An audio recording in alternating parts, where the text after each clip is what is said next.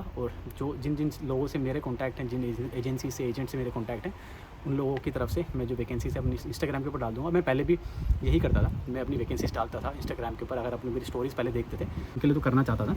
Initially London में कुछ vacancies आई थी जो मैंने पोस्ट भी डाली थी और इंस्टाग्राम पर मैंने शेयर भी की थी। उनका रिक्रूटमेंट मैंने करवा दिया, जो लंदन में जो वैकेंसीज आई थी। तो हाँ जी, नमस्कार, मेरा नाम है संदीप चौहान, आप देख रहे हैं चौहान यूके वाइब्स। तो भाई काफ़ी सारे स्टूडेंट्स हैं, मेरे खुद के स्टूडेंट हैं, बाकी जितने भी कैंडिडेट जिन्होंने OET या CBT एग्ज़ाम अपना जो क्लियर कर लिया है, उन सभी के रेगुलर एक ही मैसेज मेरे पास आ रहे हैं कि सर इंटरव्यू कब से स्टार्ट होंगे, इंटरव्यू कब से स्टार्ट होंगे।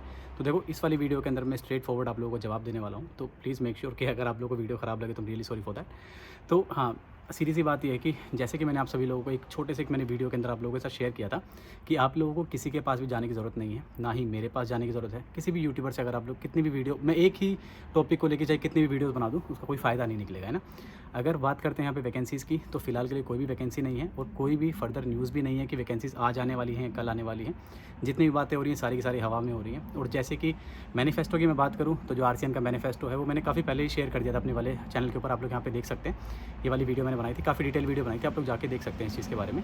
बट RCN एक नर्सिंग बॉडी है, वो वैकेंसीज़ नहीं ला सकती है। वैकेंसीज़ लाने वाले कौन है? जो कि यहाँ की गवर्नमेंट है, वही वैकेंसी लेके आएगी। जब तक हमारी जो गवर्नमेंट है यहाँ की, वो अपने फंड्स रिलीज़ नहीं करती या फिर NHS स्टाफ के रिक्रूटमेंट के लिए जो फंड्स रिलीज़ नहीं करेगी, तब तक यहाँ पे रिक्रूटमेंट नहीं आएंगे। और फिलहाल देखा जाए तो गवर्नमेंट की तरफ से कोई भी ऐसी चीज़ इशू नहीं करी गई है या फिर कोई भी ऐसा स्टेटमेंट नहीं दिया गया है जिसके अंदर ये बोल रहे हैं कि भाई हाँ, हम लोग रिक्रूटमेंट आज से स्टार्ट करेंगे, कल से स्टार्ट करेंगे, या फिर हम लोग NHS के ऊपर रिक्रूटमेंट के, स्पेशली जो फॉरेन कंट्री के रिक्रूटमेंट है उसके ऊपर हम लोग कुछ फंडिंग दे रहे हैं ना। सबसे बड़ी चीज़ ये है कि हाँ, उन लोगों ने स्टेटमेंट दिए हैं, बट जो स्टेटमेंट है वो काफ़ी ख़राब है, अच्छे नहीं है, स्पेशली हम लोगों के लिए ख़राब है। क्योंकि इसके अंदर ये बताया गया है कि जो भी फॉरेन कंट्री से, जितने भी ओवरसीज़ से जितने भी लोगों को यहाँ स्किलफुल जो भी लोग हैं, उन लोगों को यहाँ पे पहले ये लोग लेके आते थे, उन पर ये लोग कम डिपेंडेंट रहेंगे। तो जितने भी जो माइग्रेंट्स हैं उनको कम करने के ऊपर एक तरीके से यहाँ पे जो हमारा इलेक्शन हुआ था वो इसी चीज़ के ऊपर हुआ था। चाहे मैं कंजर्वेटिव गवर्नमेंट की बात करूँ, लेबर पार्टी की बात करूँ, तो उन सभी जो गवर्नमेंट का जो मेन एजेंडा था लड़ने के ऊपर, मतलब इलेक्शन लड़ने के ऊपर, उनमें से एक एजेंडा यही था कि किस तरीके से जो हमारी इमिग्रेशन उसको कम किया जाए। तो उसी के ऊपर इन्होंने इलेक्शन लड़ा है और वही बातें यहाँ पे अभी सबके सामने आ रही है। इवन जो शॉर्टेज ऑक्यूपेशन लिस्ट के अंदर जो स्किल्स हैं उसको भी ये लोग बोल रहे हैं कि हम लोग खुद के ही जो लोग हैं, जो खुद के लोग हैं, उनको ही हम लोग ट्रेन करेंगे, उनको ही को सर्टिफिकेशन कराएंगे, कोर्सेज कराएंगे, जिसके अंदर यहाँ के लोग स्किलफुल हो और यहीं के लोगों को काम मिले, ताकि उन लोगों को बाहर के जो लोग हैं, जैसे कि हमारे जैसे हैं पाकिस्तान, बांग्लादेश, इनके ऊपर डिपेंड होने की इतनी ज़रूरत ना पड़े, है ना। तो ये काफ़ी अच्छी चीज़ नहीं है, जैसे कि मैंने आप लोगों को बताया, क्योंकि हमारे जो लोग यहाँ पे आते थे वो अपने स्किल्स के बेस के ऊपर यहाँ पे आते थे। स्पेशली मैं केयर वीज़ा की बात करूँ तो केयर वीज़ा के ऊपर काफ़ी सारे रेस्ट्रिक्शंस इन लोगों ने पहले ही डाल दिए थे। अब इन लोगों ने ये भी कर दिया कि जो एम्प्लॉयर्स हैं वो स्पेशली यहीं से होंगे। पहले तो क्या होता था कि अपने कंट्रीज़ के अंदर भी एजेंसीज़ बैठे थे, बट एक फ़ायदा ये भी होगा कि जैसे कि अपने जो एजेंट है, एजेंसीज़ हैं जो अपने इंडिया के अंदर थे, वो लोगों का गलत फ़ायदा उठाते थे, है ना। काफ़ी अच्छा खासा अमाउंट लेते थे, बच्चे यहाँ पे आते थे, ना उनको प्रॉपर आवर्स मिलते थे, ना प्रॉपर पैसा मिलता था। एक तरीके से उनके ऊपर उनको प्रताड़ित किया जाता था। सही बात है कि उनका फ़ायदा उठाया जाता था, बट अब ऐसा यहाँ पे नहीं होगा। अब जो गवर्नमेंट है इसके ऊपर स्ट्रिक्ट एक्शन लेगी, जो इमिग्रेशन है उसको भी कम करेगी। तो फिलहाल के लिए ऐसी कोई भी न्यूज़ नहीं है। मैं स्ट्रेट फॉरवर्ड आपको यहाँ पे जवाब दे रहा हूँ कि वैकेंसीज आ जाएंगी या कल आएंगी। जो मैनिफेस्टो था वो मैंने पहले शेयर किया, और जो उससे पहले जो मैंने शेयर किया था, इसके साथ जो शेयर किया था मैंने, कंजर्वेटिव का मैनिफेस्टो था। अगर वो पार्टी जीतती तो कुछ करती, बट वो पार्टी हार चुकी है, लेबर पार्टी जीती है ना। तो उसके हिसाब से तो फिलहाल के लिए तो कुछ भी नहीं है, कोई भी स्टेटमेंट है वो यहाँ पे नहीं दिया गया है। बाकी अगर फर्दर मीटिंग्स होती हैं जो कि नर्सिस या फिर पार्टी के बीच में होती हैं, तो उसके अंदर क्या आउटपुट निकल के आता है, तो वो चीज़ें। बट हाँ, मैं ये ज़रूर आश्वासन आप लोगों को देता हूँ, कि ये गारंटी ज़रूर देता हूँ कि आने वाले टाइम में वैकेंसीज़ यहाँ पे ज़रूर आने वाली हैं। क्योंकि ऐसा नहीं है कि इन लोगों ने सोचा कि हम लोग इमिग्रेशन बंद कर देंगे और अपनी यहाँ की नर्सिस को ट्रेन करना स्टार्ट कर देंगे, ताकि यहाँ पे नर्सिस की वैकेंसीज़ हम लोग यहीं से फुल कर दें। तो ऐसा तो नहीं है कि नर्सिंग 1 या 2 दिन में हो जाती है, 3 या 4 दिन में हो जाती है। तो नर्सिंग कोई स्टूडेंट अगर एडमिशन लेता है तो उसको टाइम लगता है ना नर्स बनने के लिए, क्योंकि 3 साल की आपकी डिग्री या 4 साल की आपकी डिग्री लगा लो, आपका रजिस्ट्रेशन लगा लो, सब चीज़ें लगा लो, तो उसके लिए यहाँ पे टाइम लगता है। तो चाहे कुछ भी हो जाए, यहाँ पे रिक्रूटमेंट होगा, अभी नहीं तो थोड़े दिन के बाद होगा। क्योंकि फ़िलहाल अगर मैं मेरी कंडीशन बताऊँ तो मेरे हॉस्पिटल के अंदर भी शॉर्टेज है स्टाफ की, है ना।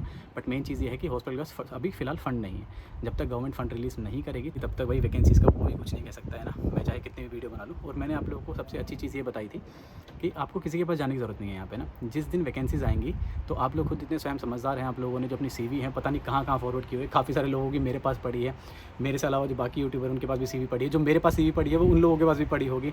मेरे स्टूडेंट ने पता नहीं कहाँ पे CV दी हुई है, मेरे पास भी CV दी हुई है।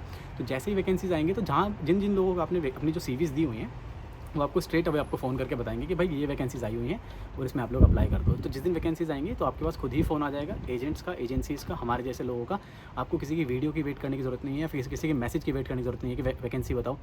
बट मैं ये कहूँगा कि जो भी लोग ये मेरे को सवाल करते हैं, शायद आपकी जगह होता तो मैं भी यही सवाल करता, क्योंकि जब मैं यहाँ पे आया था 2021 की बात है, तब भी सेम कंडीशन थी, पोस्ट लगा हुआ था रिक्रूटमेंट के ऊपर बिकॉज ऑफ कोविड, है ना।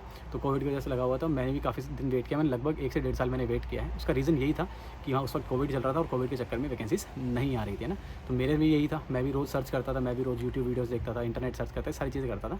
सेम कंडीशन आप लोगों की भी है, आप लोग भी इसी चीज़ को लेकर टेंशन में हो कि भाई क्या होगा क्या नहीं होगा। तो आप लोगों का भी जो भी आप लोग कर रहे हो ये जायज़ है। कभी मुझे मैसेज करते हो, कभी किसी को मैसेज करते हो, या फिर वीडियो सर्च करते हो, न्यूज़ सर्च करते हो। तो फिलहाल के लिए मैं ये बोलूँगा कि अगर आप लोगों ने अपनी OET या CBT कर ली है तो अपने पेरेंट्स को टाइम दो, एक अच्छा एक्सपीरियंस आप लोग गेन करो, ताकि आप लोग प्रायोरिटी में रहो। जिस दिन वैकेंसीज़ आएंगी, जिस दिन आप लोगों को बताया जाएगा एजेंसीज़ की तरफ से कि भाई वैकेंसीज़ है, उस दिन एटलीस्ट आपका CBT OET और आपका एक अच्छा एक्सपीरियंस होगा, एक अच्छे बोर्ड का एक्सपीरियंस होगा। एक्सपीरियंस की बात करूँ कि कहाँ आपको लेना चाहिए, तो भाई मैं कार्डियोलॉजी में काम करता हूँ, CCU डिपार्टमेंट में काम करता हूँ। अगर आप CCU में काम करते हो तो देखो CCU में थोड़े कम पेशेंट होते हैं, ICU में थोड़े कम पेशेंट होते हैं, थोड़ा वर्कलोड होता है वो थोड़ा कम होता है ना as compare to wards. But यहाँ पे वार्ड का जो रेशियो है भाई काफ़ी ज़्यादा है। कुछ वार्ड ऐसे भी हैं जहाँ पे आपको 10 पेशेंट मिलते हैं, कुछ ऐसे भी हैं जहाँ 12 पेशेंट मिलते हैं, कुछ वार्ड ऐसे भी हैं जहाँ 8 पेशेंट मिलते हैं ना। तो 1:8, 1:10, 1:12 का रेशियो है। तो भाई वार्ड का जो एक्सपीरियंस है अच्छा है, पैसे कमाने के लिए काफ़ी अच्छा है, क्योंकि आप एजेंसीज कहीं पे भी जाके एजेंसी शिफ्ट कर सकते हो, आपको अच्छा खासा पैसा मिल जाएगा। बट बात करूँ वर्कलोड की, तो भाई वर्कलोड काफ़ी ज़्यादा है, काफ़ी हेक्टिक है। 12 घंटे की शिफ्ट करके आप सिर्फ सोने के लिए आओगे अपने घर पर, क्योंकि है काम। बात करूँ ICU की या फिर CCU की, वहाँ 1:1 या 1:2 का रेशियो रहता है। तो पेशेंट कम होते हैं, काम कम होता है थोड़ा, बट थोड़ा क्रिटिकल काम होता है ना, मेंटली स्ट्रेसफुल होता है, पर फिजिकली इतना स्ट्रेसफुल नहीं होता है ना। तो ये आप एक्सपीरियंस ले सकते हैं। होपफुली मेरी तरफ से तो यही क्लियर जवाब है, और मैं इसके ऊपर इतनी वीडियोस नहीं भी बनाऊंगा आगे जाके कि रिक्रूटमेंट स्टार्ट होगा या नहीं होगा, आप लोगों को समझ में आ गया होगा। अगर रिक्रूटमेंट आएगी तो मैं डेफिनेटली बनाऊंगा, और जो जिन लोगों से मेरे कॉन्टैक्ट हैं, जिन एजेंसी से एजेंट से मेरे कॉन्टैक्ट हैं, उन लोगों की तरफ से मैं जो वैकेंसी है अपनी इंस्टाग्राम के ऊपर डाल दूँगा। मैं पहले भी यही करता था, मैं अपनी वैकेंसीज डालता था इंस्टाग्राम के ऊपर। अगर अपनी मेरी स्टोरीज़ पहले देखते थे तो इसके अंदर इतनी वैकेंसी आई है, इस वाले डिपार्टमेंट में इतनी वैकेंसीज आई हैं, तो उनके ऊपर मैं डालता था। जैसे ही वैकेंसी स्टार्ट होगी तो मैं दोबारा अपने इंस्टाग्राम पर डालूंगा। मेरा हैंडल यहाँ पे आप लोगों को दिख रहा होगा, तो आपको वहाँ पे दिख जाएगा कि भाई ये वैकेंसी आई है। मेरे खुद के खास दोस्त, मतलब जो मेरे यारे प्यारे हैं, जो OET एग्ज़ाम क्लियर करके बैठे, और मैं भी चाहता हूँ कि वो लोग यहाँ पे आ जाए, मैं उनकी भी हेल्प नहीं कर पा रहा हूँ क्योंकि वैकेंसीज है ही नहीं। काफ़ी सारे लोग यहाँ पे, स्पेशली मैं बात करूँ साउथ अफ्रीकन्स की, तो वो लोग कुछ हैं जिन लोगों का एक तरीका है यहाँ पे आने का, जैसे कि कोई उनके नोन है, तो वो लोग क्या करते हैं यहाँ पे डिपेंडेंट आ जाते हैं उनके साथ, या फिर उनके केयर क्या बोलते हैं उसको, विजिटिंग वीज़ा के ऊपर आके यहाँ पे अपना OSCE दे देते हैं, अपने सेल्फ OSCE दे देते हैं, खुद अपना पैसा भर के OSCE एग्ज़ाम देते हैं। बारिश बहुत तेज़ आ रही है, but still I will continue my video कि हाँ, जो OSCE देते हैं उसके बाद यहीं पे वैकेंसीज ढूंढना स्टार्ट करते हैं और यहाँ पे रिक्रूट हो जाते हैं। बट मैं नहीं कहूँगा, क्योंकि वो जो प्रोसेस है वो थोड़ा लंबा भी है और थोड़ा एक्सपेंसिव भी है ना।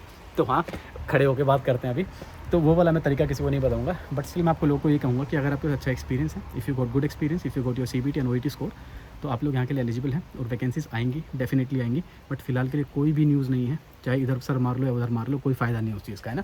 तो ये स्ट्रेट फॉरवर्ड आप लोगों के लिए आंसर है, चाहे कुछ भी कर लो, वैकेंसीज अभी फिलहाल के लिए नहीं है। मैं ये कहूँ कि स्लो डाउन है, तो भाई स्लो डाउन भी नहीं, एकदम पॉज है, मतलब एकदम बंद है, कोई कहीं पे कुछ ले ही नहीं रहा है, किसी को भी नहीं ले रहा है। मैंने काफ़ी सारे हॉस्पिटल्स में ट्राई कर लिया, मैंने काफ़ी सारे जो केयर होम से इवन उनमें भी ट्राई कर लिया। CQC का पंगा चल रहा है, पता नहीं कितनी सारी चीज़ें चल रही हैं, क्योंकि मैं मेरे स्टूडेंट्स हैं उनके लिए तो करना चाहता था। इनिशियली लंदन में कुछ वैकेंसीज आई थी, जो मैंने पोस्ट भी डाली थी और इंस्टाग्राम पे मैंने शेयर भी की थी, उनका रिक्रूटमेंट मैंने करवा दिया, जो लंदन में जो वैकेंसीज आई थी। बट अभी फ़िलहाल के लिए और कोई भी वैकेंसीज नहीं है। तो मैं यही बोलूँगा आप लोगों को कि थोड़ा सब्र रखें, फैमिली के साथ अच्छा टाइम बिताएं, अच्छा एक्सपीरियंस है वो गेन करें, अच्छा टाइम अपनी फैमिली के साथ स्पेयर करें। बस यही कहूँगा। Thank you so much guys, और होपफुली आपको समझ में आया होगा जो मैंने कहना चाहा इस वाली वीडियो के अंदर। Thank you so much guys, आपने हमें इतना टाइम दिया, धन्यवाद।